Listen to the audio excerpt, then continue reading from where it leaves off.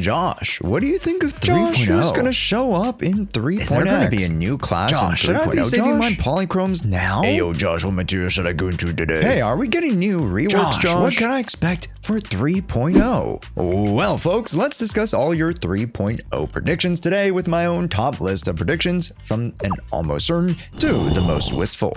Today, we'll be reviewing the projections of our new whole season of Zenless, as many folks like yourselves are wondering what is coming. And myself have fallen victim to being unprepared in past gachas. Here, we'll be providing tips in order to help better contextualize our predictions and help you get prepared. So what can we expect? And how should we be situating ourselves in the next 10 weeks leading up to a whole new look for Zenless Zone Zero? Let's start the abs with one of our largest predictions of this video, yet one that is almost certain, and that is the introduction of a new element or class to Zenless Zone Zero 3.X. Ever since the closed beta test 1 of Zenless all the way back 3 years ago, there existed an element to the game that wasn't brought into the live beta.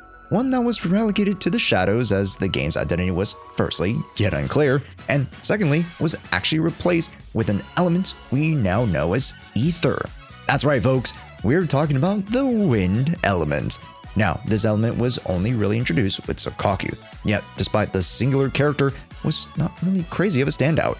And since the element didn't transfer into the live service of the game, it seemed like it was going to be shelved forever. Well, veteran gacha players from previous Hoyo games know that to be far from the truth. As with games like Genshin, they tend to find a way to bring back older things that they were looking at and cook them a bit longer to make them a bit more relevant. So as far as a wind element is concerned, Josh, what could we expect from a potential new element? Well, I would like to potentially see our first direct elemental interaction outside of just disorder. Think Genshin's elemental reaction system. It wouldn't be too far-fetched to have wind have its own debuff, sure, but also have a unique pairing like that of Dendro to create a whole new subclass of interactions. This would open up the floor to a whole new dynamic of characters and how archetypes relate. Which, of course, sounds exciting, yes, but let's not get too ahead of the horse. For a while, Zenless has been in a small rut when it comes to the variety of character content that we've received. Now, when it comes to Ether Veils, well, they are not the most fun mechanic ZZZ has introduced into the game, barring the fun characters that they're attached to. But when it comes to proposing a whole new element, it comes with many exciting aspects, yet can bring a ton of fear with the surrounding rhetoric. We need not look further than with Genshin and its introduction of the Dendro element.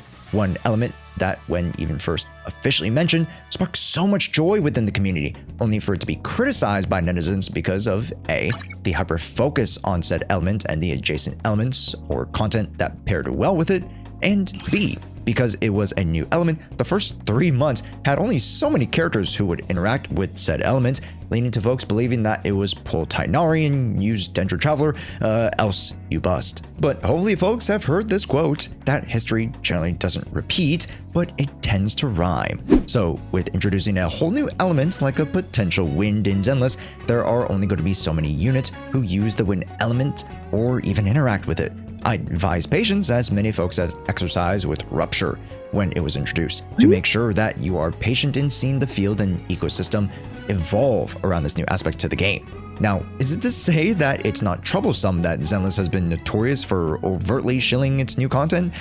No, by no means. But if you're wanting to keep up with the current content and have your polychromes take you as far as you want, my very first tip associated with our bold win prediction here is to exercise a ton of caution when it comes to the 2.7 and 2.8 banners. Take a look at 1.6 and 1.7 right before 2.0.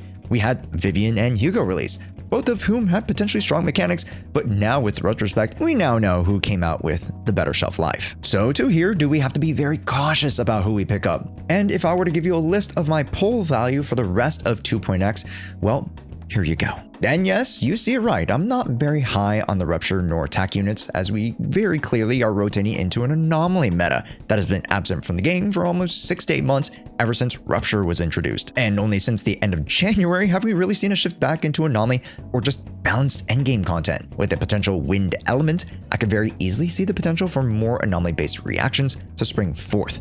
But we'll leave that for future Josh to cover when we actually get more official info. So why not make sure to hit that subscribe button right now? And if this is the very first piece of content that you're catching of the channel, well, firstly, welcome in. We have a ton of different zenless content ranging from our very recent interview with Arya's voice actor to a bunch of other guides for characters that you might be interested in. We've got a ton of value for you guys here, so make sure to let me know that you guys are wanting more by clicking the big old red button.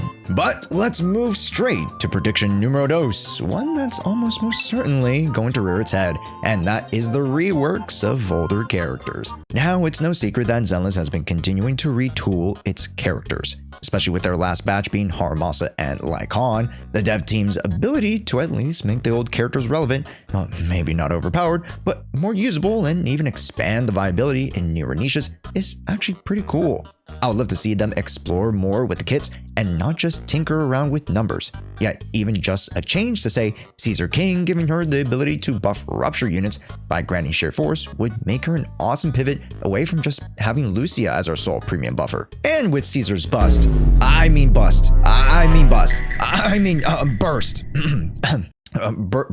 stun potential. What? It lines up so well with the other rupture units, wanting more on-field time than most. And don't forget, from the time of this recording, we've all but confirmed Starlight Billy, which the pair of the king and the old champion would literally bring a tear down the thighs of Sons of Caledon enthusiasts. But who would be the characters on the chopping block, Josh? Well, my dear Watson, look no further than the mathematics.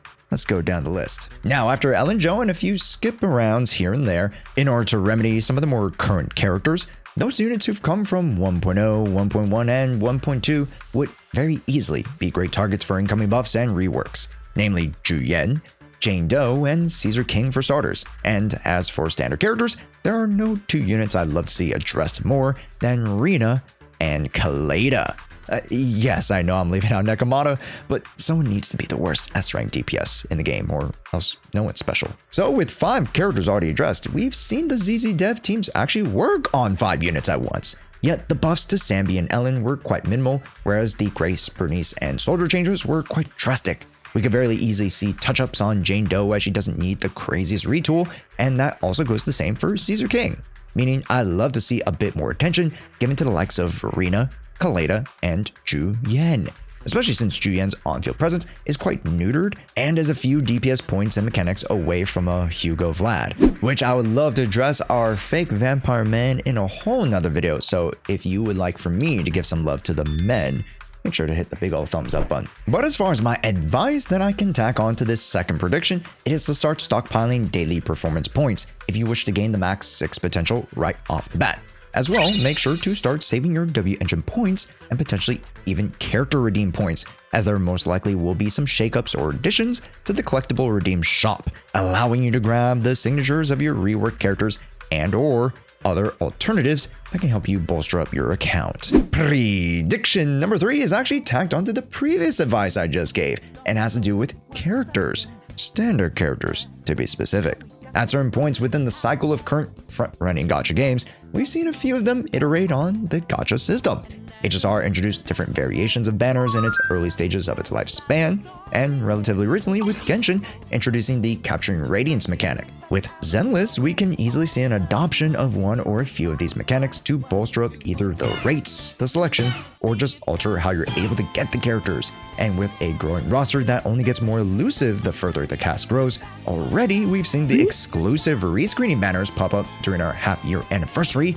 We could more than likely either see that or even a new system introduced to the gacha, which IMO, I would like to see the inclusion of more units like a Haramasa into the standard, which understandably is a bit more out there of a take, I know, but would not be unprecedented to see a potential new S-rank wind element, let's say, become standard after their banner ends, like with Tainari joining after his showing in Genshin 3.0.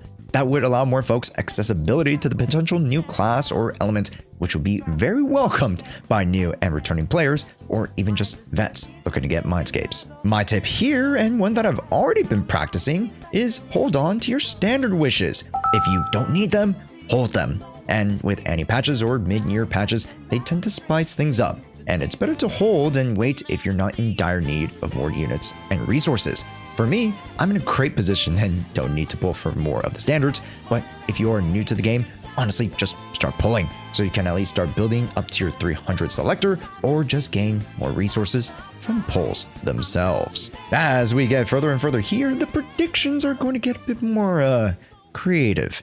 Starting with number 4, a whole new line of W engines. See, in the past, we've gotten a few new W engines that can be accessed purely by just playing the game, namely the Puzzle Sphere. Yet, the amount of available W engines outside of an A rank gift has been, well, quite little. Thus, I would like to see a whole new line of craftable W engines, potentially a line of free S rank W engines or another selector.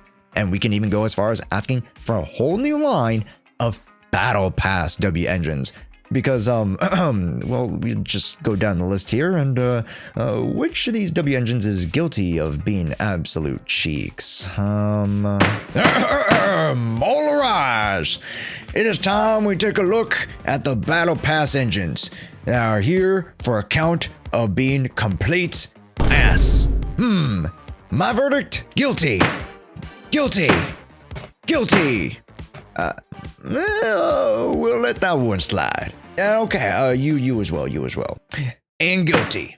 Even compared to standard engines like Starlight Engine, Weaving Gemini, Steam Doven, all these are just generally better picks and don't cost $10 and a 6-week wait for each copy.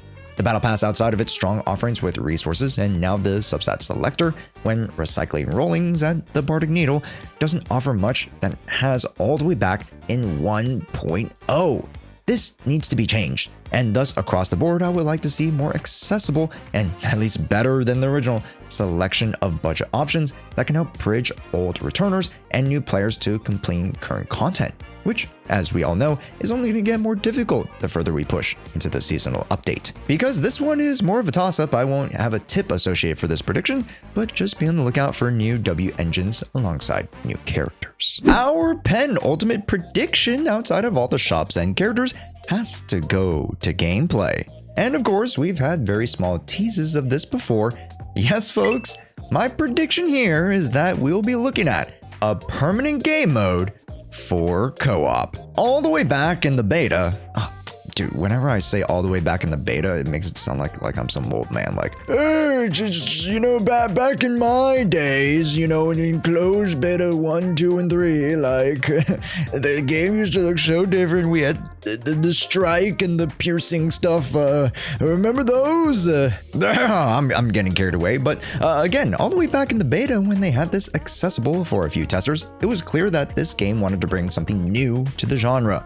As Genshin did before, a co-op mode within the ARPG genre would be more involved, yet has a much higher potential that folks were understandably excited for. And once we got a taste of it in 2.5, folks have been lining up at the HIA, or wherever they're going to hold the event, and are waiting for a much more fleshed out game system for co-op. Even if they were to just double down on the current formats that they've produced, sure, I believe that there are some places smoothed out, but the overall essence of the co-op was relatively well received. And I think that just providing more of the sampler that they gave us is going to go pretty well with the community as long as they iterate and give us some rotating content with it alongside the current in-game modes. And before we get to our last prediction, I did want to give an honorable mention, and this one comes as a more personal one to me. This prediction has to do with hollow exploration. Now, it's stated by the devs that they're still willing to explore the semi-open world style versus going back to the TV's direct, which again, choose whichever pill they want, it won't please everyone. But what I do hope is that they add more engaging content like they did toward the end of the 2.5 update with the 3 new segment regions. Adding more quests and lore into the world makes it feel so much more alive, and people just want to feel immersed when exploring the world. So whichever direction they take, I just hope that they put in a little bit more effort, because committing goes a long way into making the content feel actually appreciated. Lastly, numero 5, and I've saved the arguably strongest yet biggest potential prediction for last, as you'd expect of any good video. Folks, we've gone through characters, W engine, the gacha, gameplay, combat and kits, but one thing we haven't addressed is builds. That's right, folks, our last pit stop here for our 3.0 predictions is the introduction of an enhanced re-rolling or crafting system for drive disks. Very easily, we could see an adoption of Genshin systems where if we were to use the new substat selector, we could at least guarantee 2 roles be towards the contributing substat versus leaving the rest to the luck of the draw. These items are precious, and I've been stockpiling a few just for the new 3.X update in hopes that we get a much needed upgrade to the system, as those resources are much more scarce than you would like them to be, comparatively to their neighbors, say HSR. Which is understandable, HSR has 2 different domains they need to farm for those items versus 1 for all 6. But still, it's quite difficult to manage, and at least the community would find it a bit more fair value for the metaphorical buck that we are spending. So final tip here, please save all main and substat selector resources until we get to 3.X, or at least till we know we either will or will not be getting them in the short term. And that, folks, is my top predictions for ZZZ 3.0. Let me know down in the comments which was your #1 prediction and if you resonated with any of my predictions above. And as I've said on my live streams, I'm going to be posting way more videos now that I'm back here at home base for April. We're going to be doing more VOD reviews, more commentary videos, more variety interviews, and everything else. So make sure to hit the subscribe button so you don't miss any of it. As of this recording, it is April and our partner anniversary month. So make sure to swing by the live streams, whether on Twitch and or YouTube, to participate in the fun. And with that, we'll leave you to catch one of our latest videos up here. Hey, don't click on our latest interview with Arya's VA or some of the other cool shenanigans we've been up to. We'll see you guys there.